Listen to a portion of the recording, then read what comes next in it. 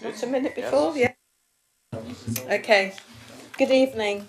Good evening, everybody.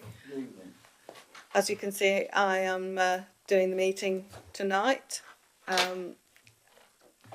We'll go on to the apologies first of all, but welcome to everybody here. Item number 1, apologies for absence. Thank you. Item number 2, declarations of interest. No? Okay. Thank you. Minutes of the meeting held on the 12th of February 2019. Any comments on the minutes? No? Okay, then I'll be able to sign those. Seconder? Thank you. All in favour? Thank you very much.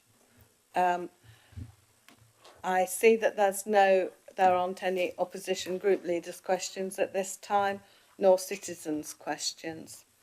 I'll go on to item number 6, which is a report on the care leavers offer that has come forward for us to have a look at.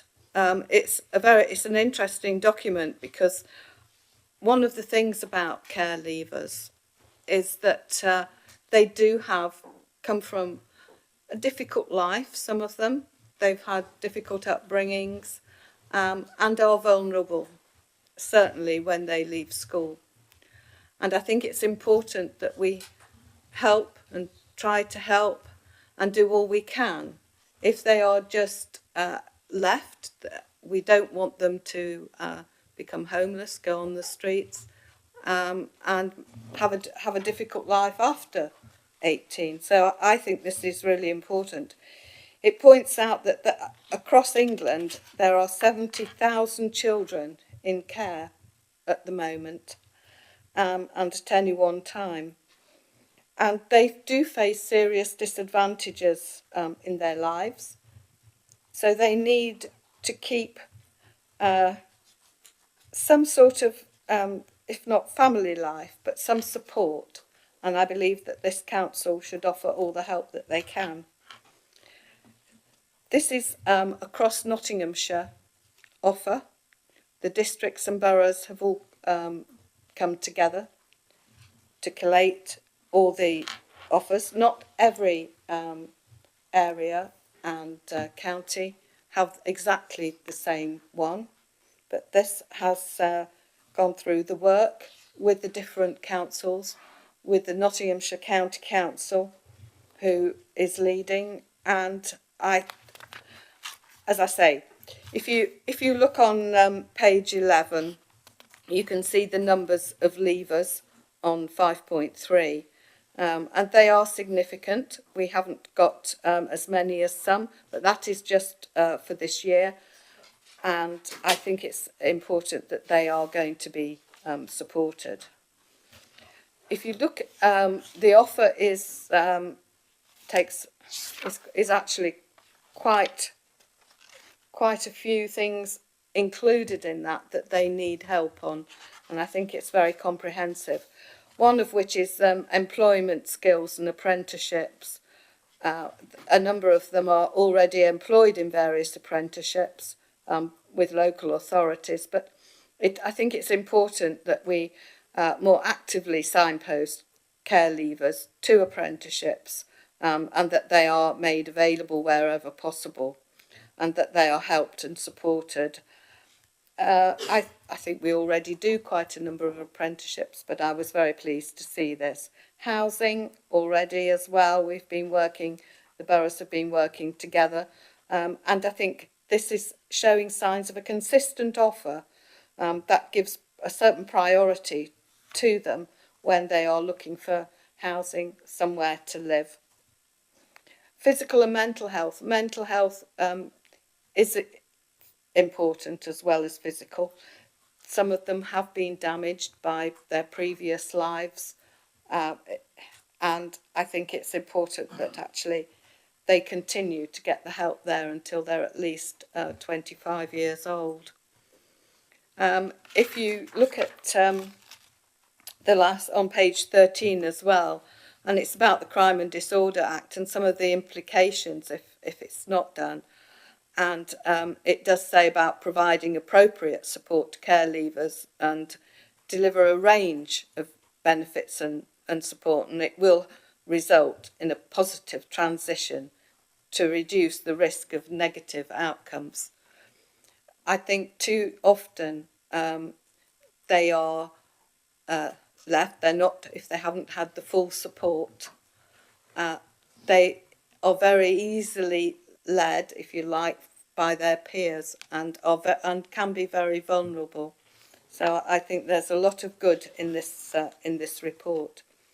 Certainly from page 15, if you look at the things that the boroughs and the districts can do, as I said before, it is quite comprehensive. They don't have to pay council tax until they're 25 years old. That will give and help them get a good start in life, as well as independent living and housing. Also, I think there are other small bits that we can do, and they're all listed on this draft document. So I am looking to the Cabinet to support that document, and the recommendation on page 13, and the recommendation is that we approve the proposed Nottinghamshire local offer for care leavers and delegate authority to the Executive Manager for Communities to explore and to report to Cabinet how the Council might work with Nottinghamshire County Council to support looked after children and those at risk, vulnerable of becoming so. If I could just add, and it highlights there, the work that we are doing and will be doing with Nottinghamshire County Council in partnership with all the districts, and this is really what partnership working is all about. So I put forward the recommendation for your support. A seconder? Councillor Upton? Quite happy to second this. Not a lot more to add, really. You've given quite a comprehensive account of what the report's all about. The key thing for me is that when I left at home at 18 and went 300 miles away, I had a family to support me, if you like, on how to manage money, accommodation, housing, employment, and all the rest of that transition from an 18-year-old living at home to being out in the wide world, so to speak, and new relationships and the temptation of women and drink and other such things around me. And I had somebody I could call back on to put me on the straight and narrow. No, there's no more coming that way. So, yeah, if you haven't got that family support and network behind you, I can't imagine what it's like. I think it must be incredibly hard if you were on your own. So this, I think, offers that comprehensive collective approach across Nottinghamshire, if not further in the country, where if you are in that situation, there is somebody there that can help you and give you that support, which if you haven't got that family behind you, I think is quite a challenge for you. Any other comments? Yes, Councillor Edivine. I was just going to add to that. My mother was a teacher, and towards the end of her career, she actually worked in a residential home for people in care, teaching them. And I know that she found that quite difficult because the state doesn't always deliver very good parenting, and they're already vulnerable anyway. So basically, anyone who, anything like this that actually helps them make that transition out of care and into the big bad world is really very welcome. Thank you. All those in favour? Unanimous. Thank you very much. Okay, we go on to item number 7, statement of community involvement. Councillor Upton. Well, reports tend to be technical, don't they, by their very nature on the planning side. And this is another one.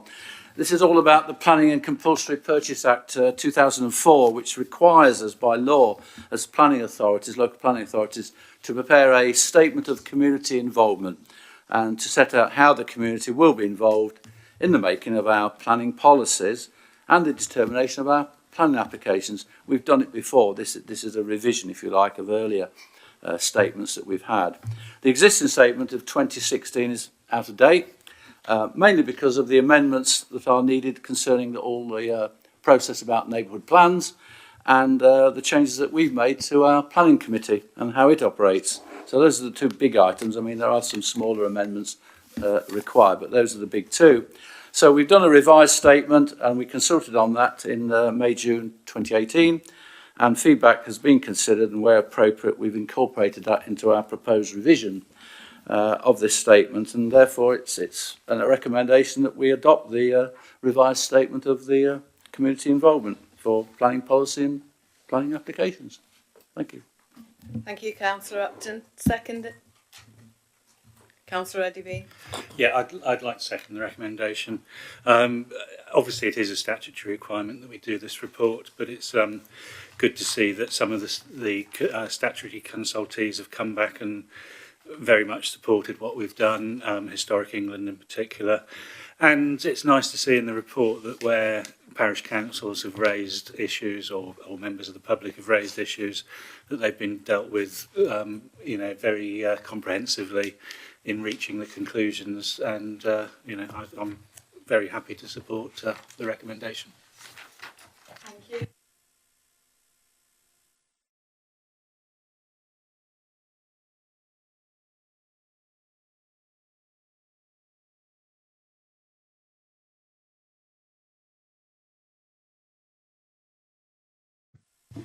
Moving on, we go to item number 8, and this is the revenue and capital budget monitoring 2018 to 19. Councillor Moore. Thank you. This is the quarter 3 finance update up to 31st December 2018, and I'll talk through both revenue and capital issues pertinent to the report. It's important to note that this report has already been seen by the Corporate Governance Group, and they gave it a clean bill of health with no issues arising. The revenue position in quarter 3 moved quite a lot. It moved from a small variance reported at quarter 2 to £1 million positive variance, namely due to positive service variances of 406,000, and they're all identified on page 110. A substantial amount of this relates to the success in housing growth, and additional planning income brought us in an extra 275,000. We also had other one-off windfall variances, and I would say these are one-off, relating to the business rates position of 455,000 and a release of 127,000 from the NDR pool. The improved position on business rates is a result of several renewable energy properties that we were recently notified about from the valuation officer during the year. With a renewable energy project, the council keeps 100% of the rates associated with this property. I think that was put to encourage renewable energy projects in the area, and we're having quite a lot of success with that. This emphasises the volatility of business rates as mentioned in the budget report approved by full council.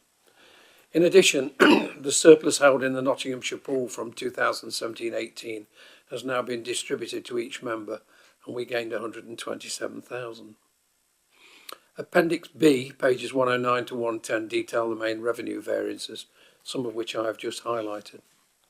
The capital position is summarised on page 113 to 119, and I refer you to paragraph 4.6, with the underspend now projected to be 12.7 million. This is largely unchanged from the quarter 2 position. It is primarily a result of a slowdown in asset investments, an £8.3 million slowdown, as we look to invest more within the borough on initiatives such as the crematorium and Biggar Leisure Centre. The other main variances at Appendix C are due to a change in direction on the provision of facilities for refuse services moving to Eastcroft, resulting in an efficiency of £2.5 million. Overall, the financial position at quarter 3 is very positive, and given the financial challenges that the council is facing. Very happy to move the recommendation, which is item 2.1. It's recommended that A, the projected revenue position for the year with a 9.63% variation, that's £1 million and 1.007 million in the revenue position, and the capital underspend of 12.7 million as a result of capital scheme rephasing and project savings. Thank you. Thank you. Seconder. Yeah, I'm happy to second this recommendation. There's really not much to add to Councillor Moore's comprehensive summary of the recommendation.